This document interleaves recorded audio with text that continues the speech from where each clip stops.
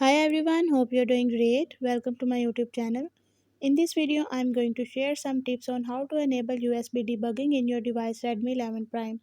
So in Redmi 11 Prime, if you want to enable USB debugging, you can do it by following the few steps and tips which I'll be sharing with you in my today's video. But before that, hit the red subscribe button and the bell icon so you are the first one to know when I upload anything new.